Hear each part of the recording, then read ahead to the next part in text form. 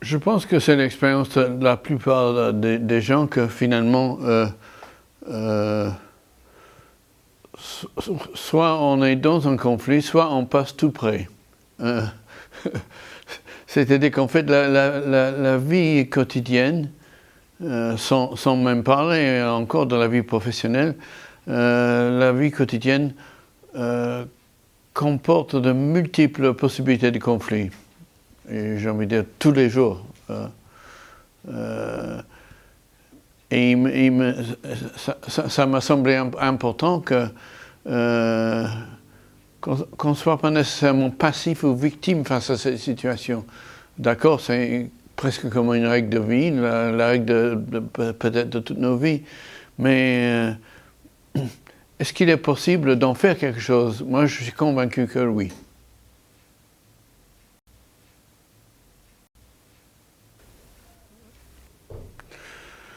C'est mon observation que finalement les conflits, c'est une expression de vie.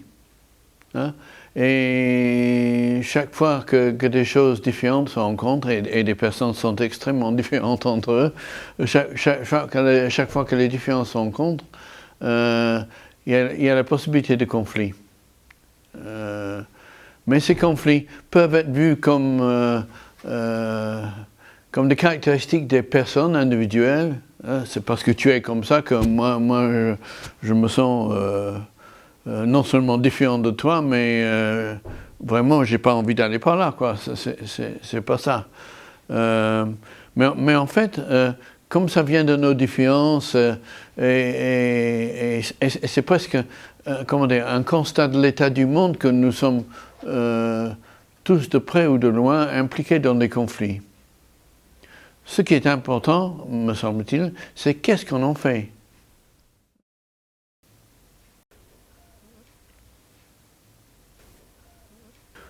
En fait, je dirais que une certaine manière de voir les conflits, c'est comme des échanges d'informations. Et un conflit devient grave lorsque l'information que je veux apporter moi n'est pas recevable par toi, et inversement. On a nos points de vue qui sont différents, et que faire effectivement avec ça? Étant donné que, comme je dis, ça fait partie de nos conditions de vie, c'est-à-dire, en fait, ce sont des forces impersonnelles qui nous guettent tous les jours, à cause du fait que, vous le savez sans doute qu'il y a des situations où même le seul fait que l'on respire d'une certaine manière embête l'autre. C'est-à-dire, il peut y avoir des conflits que pour nous, on l'aide de rien, qui ne sont pas des conflits, mais que chez l'autre, ça fait quelque chose à résoudre, à processer. Voilà. Et comment résoudre ces conflits? Et est-ce qu'il faut les résoudre? La plupart des instances, j'ai envie de dire, officielles, pédagogiques, voire même scientifiques, présuppose qu'un conflit est à éliminer et qu'avec suffisamment de compréhension ou d'aide extérieure, le conflit peut être résolu. Ce serait mon point de vue que, effectivement, il faut explorer sur quoi repose un conflit.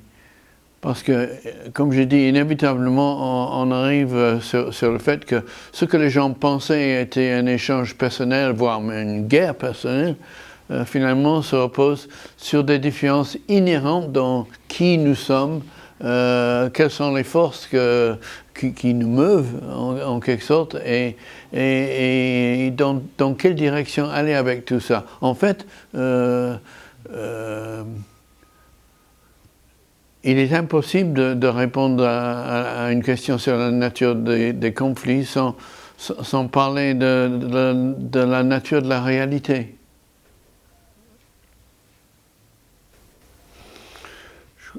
Je crois que la conception populaire des conflits, c'est qu'ils sont tous à éviter.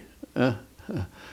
Mais effectivement, c'est pas parce qu'on est bête qu'on dit ça, ni exclusivement parce qu'on veut la vie tranquille. C'est juste que l'ensemble de l'humanité et les individus que nous sommes, on se rend compte que les conflits peuvent être franchement dangereusement destructeurs. Voilà. Et évidemment, l'ultime destination d'un conflit non géré et amplifié comment dire, à chaque occasion, c'est la guerre. Voilà.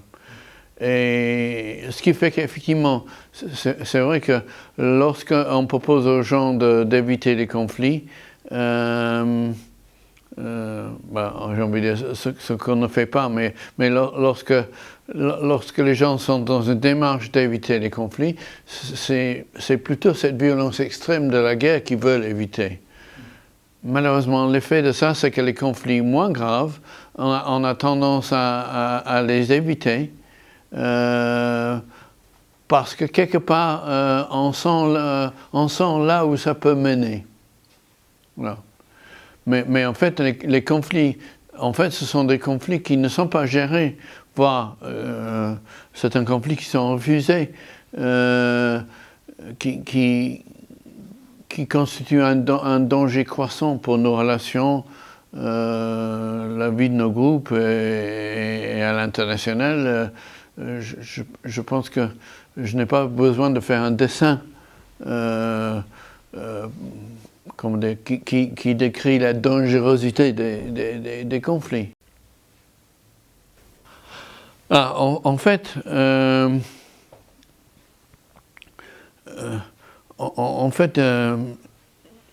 il y a un collègue qui travaille dans l'édition l'autre jour qui m'a dit mais enfin Maurice, tu devrais leur dire que les conflits finalement c'est le début d'une bonne relation saine.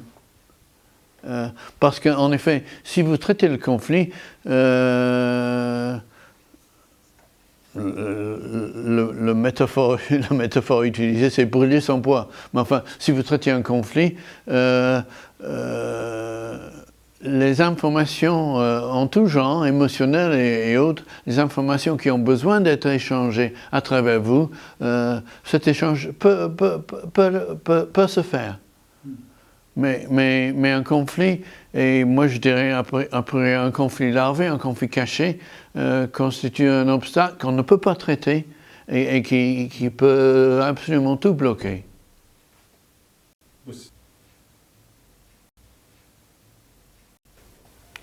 Je pense qu'on pourrait dire que les conflits, ce sont des changements qui frappent à la porte. Hein. Et quand on ne les entend pas, ils ont tendance à taper plus fort. Vous savez, il y a la croyance populaire que dans un groupe, par exemple, un groupe qui marche bien, c'est un groupe sans conflit.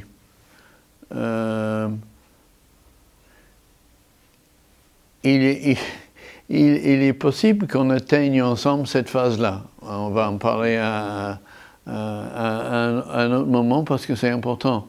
Mais cette phase d'être ensemble, de pouvoir être ensemble avec sa pleine diversité,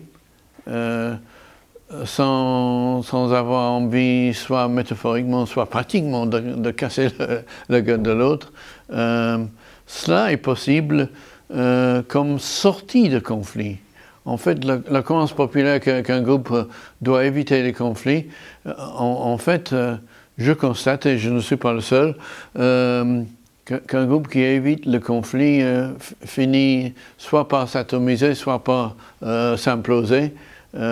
En fait, un groupe qui reste ensemble, c'est un groupe qui a pu vivre ses différences si conflictuel qu'il soit, et le bois étant brûlé, ils peuvent rester ensemble sans que ce soit dangereux. C'est-à-dire, la phase de travail sur les conflits représente l'ouverture sur une vraie relation, un vrai relationnel entre les gens.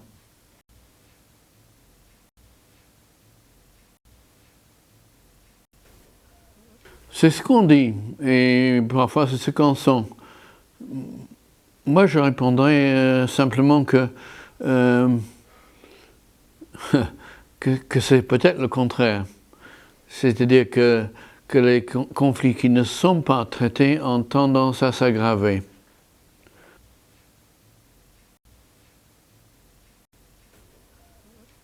Disons que en Orient, comme je voulais le faire, la tendance assez générale de vouloir éviter les conflits, j'ai voulu reconnaître un état de fait, c'est-à-dire qu'il n'est pas facile de travailler les conflits, et il n'est surtout pas facile de se sentir en quelque sorte responsable ou victime, parce que les deux peuvent être très proches, c'est-à-dire celui qui propose et qui essaie de nommer ou qui essaie en quelque sorte d'ouvrir le travail sur un conflit risque d'être nommé responsable du conflit. Et il n'y a pas que Shakespeare qui dit que le messager se fait toujours tirer dessus.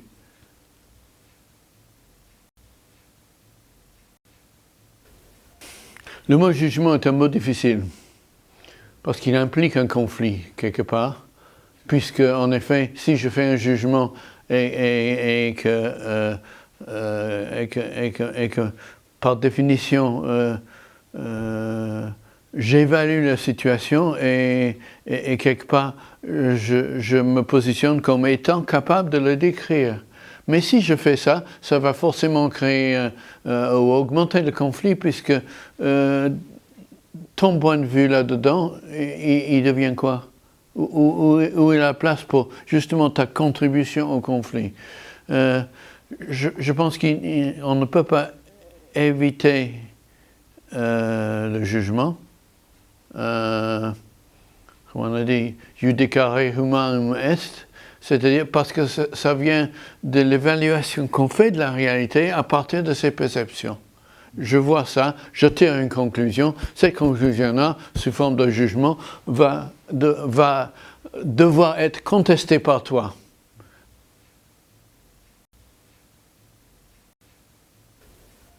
Oui, si je peux me permettre quand même,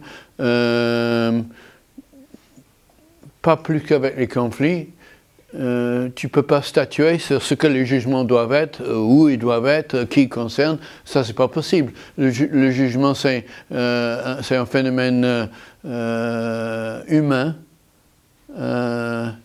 et moi je n'ai pas le pouvoir, et je n'ai surtout pas le monopole, de dire est-ce qu'il faut l'employer ou pas. Il me semble que c'est prétentieux de vouloir éliminer le jugement et conflictuel, parce que ça présuppose qu'une personne sait et que l'autre ne sait pas. Et moi, je sais ce qu'il faut que tu devrais faire. J'ai envie de dire, enfin, je ne dirais pas là, mais enfin, merde, tu fais les jugements que tu veux et moi, je vais les contester si je ne suis pas d'accord. Voilà.